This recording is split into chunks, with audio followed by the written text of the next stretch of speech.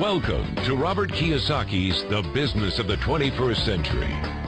Robert Kiyosaki is recognized internationally as one of today's leading financial experts.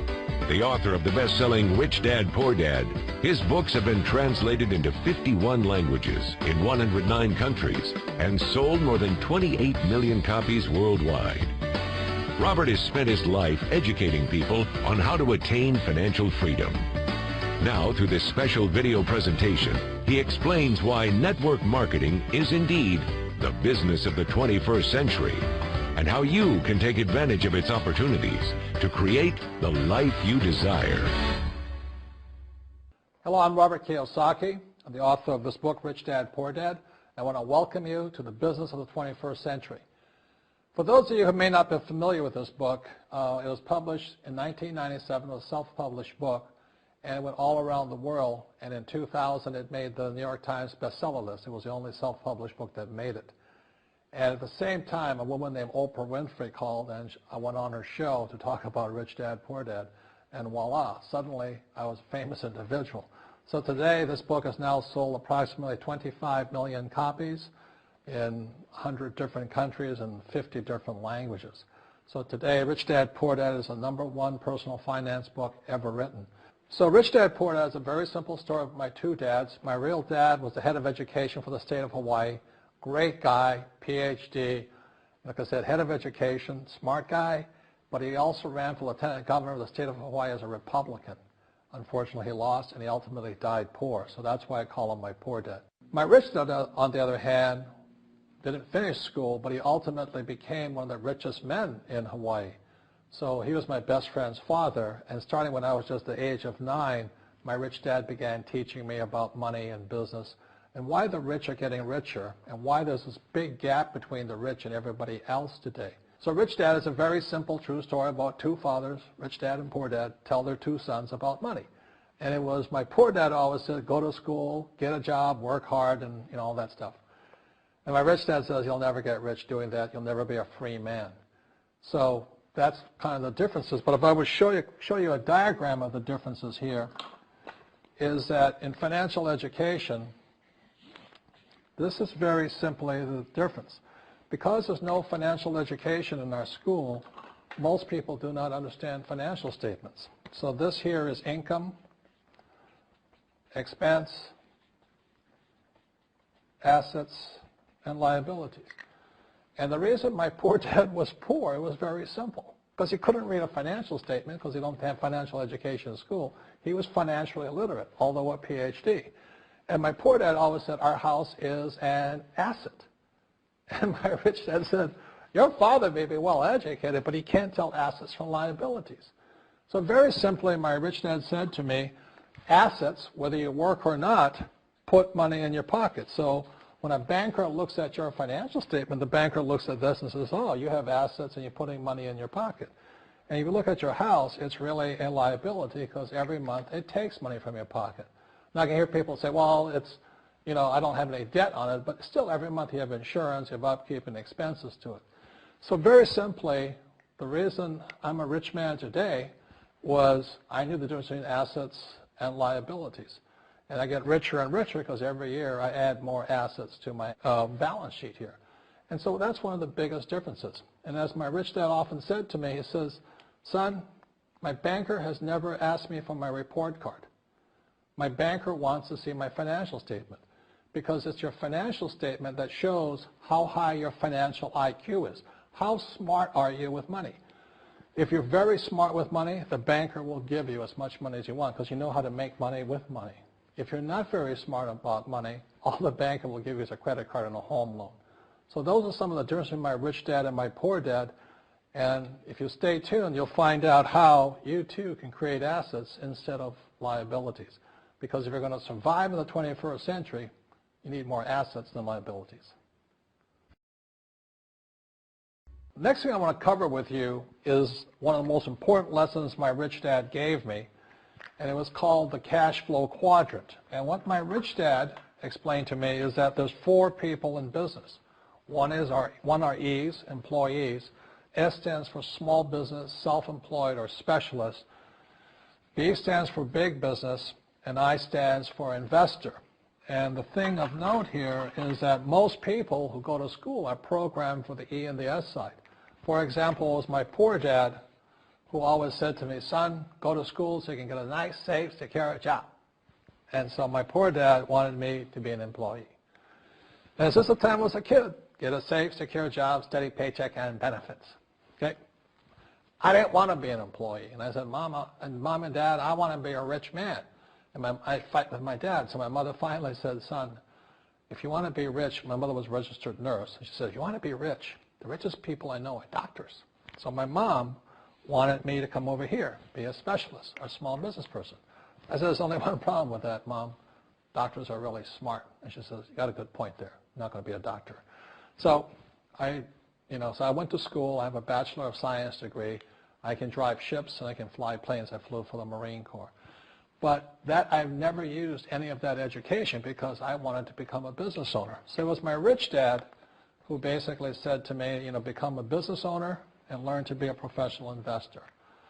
So one of the big differences here between these people is that it's called taxes. See, in 1943 in the U.S., the federal government passed a law that said employees had to pay tax before they got paid. So when you get your paycheck from your employer, you open it up, and voila, the government's always taken a sizable chunk of it.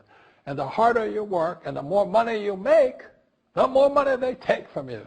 So that's why it's not that good to be an employee, because you can never get ahead, because the more you work, more money you make, the greater they pay in taxes. Now, the doctors and lawyers and attorneys, accountants were all laughing, saying, oh, these guys, they're getting paying a lot of taxes. So naturally, the federal government changed the laws again. So in 1986 in the U.S., a thing called the 86 Tax Reform Act, and it basically took a lot of the benefits away from people who are self-employed, small business, doctors, and lawyers. So today in America, unfortunately, these guys pay the highest percentage in taxes. It is tragic. And a lot of people think they're investors, but what they're really doing is they're just giving their money to people like mutual funds, companies, and all that. So they're investing, but they're not really investors. See, the big tax breaks are on this side. The laws are pretty tight here, but this area is very, very gray. So by being a business owner on the right-hand side of the quadrant, you can make a lot more money and pay a smaller percentage of taxes legally. And the key word is legally. In the investor quadrant, it is possible to make millions of dollars and pay 0% taxes legally. But you've got to know the difference. So one of the beauties of business for the 21st century is it allows people to make the transition from the E and the S side to the B side especially. And so you can become a big business owner. And the difference between an S and a B, small business and big business, is most of these guys can't quit working. Most small business owners, if they stop working for more than a month, the business collapses. They don't really have a business. Most of these people own a job. So the beauty of business for the 21st century is it allows these people to make the transition to the B side so that you don't have to keep working hard for money, and the money can actually come in passively. Then once you have your business up and running, then I always recommend you then begin investing with your excess cash, paying less and less in taxes. And that's the reason the rich are getting richer. In this section, I want to talk to you about a different kind of quadrant. Years ago, I found out there was 4 kinds of people in the world. One type are people who must be right. These people know all the right answers. They went to school. They know everything. You can't tell them anything. This is not a good business for them because their minds are too set. Another kind of person is a person who must be comfortable. The house could be on fire, but they're still watching TV, eating a hot dog, watching what's going on in the world. These people are toast because the world economy is not coming back. The world economy has moved on. And people who need to be comfortable will probably be left behind. So the people who need to be comfortable, you probably shouldn't talk to them because you only make them uncomfortable. And they're probably not going to make the move because number 1 priority is being comfortable. Another kind of person is a person who must be liked. They want to please everybody. this is probably not the business for them either, because they want somebody else's approval. They want to be the good little boy or girl saying, I did the right thing, didn't I? You like me, don't you? And so they'll probably not be successful in the 21st century because they'll probably want to be liked by people who have to be right, and people want to be comfortable. All right, good, be comfortable. All right, you're very right. That's probably being liked. But the business for the people of the 21st century are people who must win. And that's where I am at. One of the best things I was taught in the Marine Corps and at military school is not how many times you get knocked down, it's how many times you stand up. When somebody knocks you back, what do? Oh, you hurt my feelings. You'll probably not be successful. The world will probably pass you by. Because as I said, the world economy is moved on. It's not coming back. So winners will win. But winning takes sacrifice. Success takes sacrifice. And these are the people who will do best in business of the 21st century. So when you're talking to people, about this business, you have to look at them and ask yourself, is this person really just going to be liked and they'll tell you what you want to hear? Or they're going to argue with you because they know all the right answers? Or they're going to get very upset with you for disturbing them? So what you're looking for in the network marketing business are people who want to win. People who know the economy has moved on. You'll find every race, gender, age, and background in network marketing. But what they really want to do is they want to win. It really is a true playing field in the world, but not for these people. These people will be left behind. Network marketing is for people who want to win because network marketing is the business model of the future. If you want the government to take care of you, then just keep doing what you want to do. It is possible for everyone to win, but the problem is you've got to commit to it. You've got to say, this is what I'm going to do.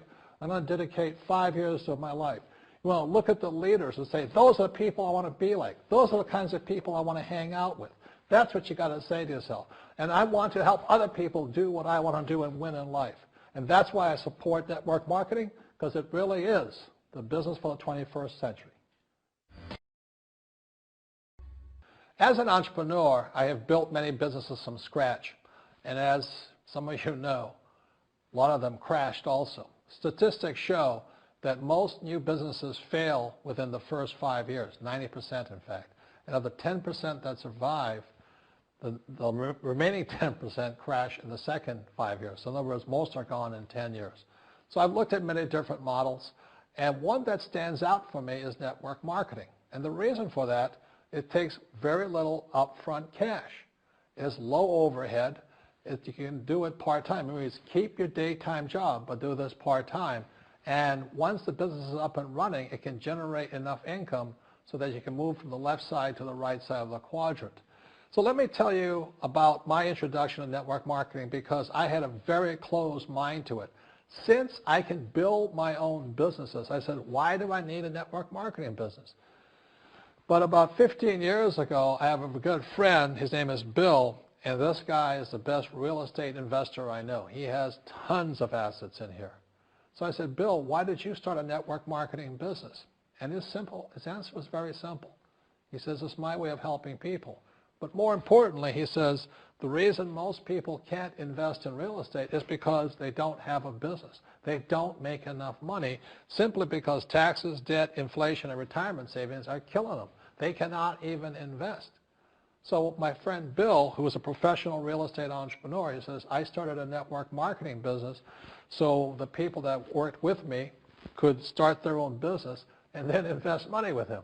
So with that, I realized then that network marketing wasn't about making money, but it was about helping people to help other people make money so they become financially free. So the beauty of network marketing, I said, like it's very low entry point, doesn't take much money, you can do it part-time. And where you profit is in most big corporations is they spend millions, sometimes billions of dollars in advertising. So rather than give that money to advertisers, network marketing depends on building a network. It's called word of mouth, like you recommend a movie to a best friend. So really, the reason I support network marketing, because it's not about selling. It's about people helping people build assets in the asset columns, becoming business owners, and then becoming investors, rather than going through all of this here, which most E's and S's go through.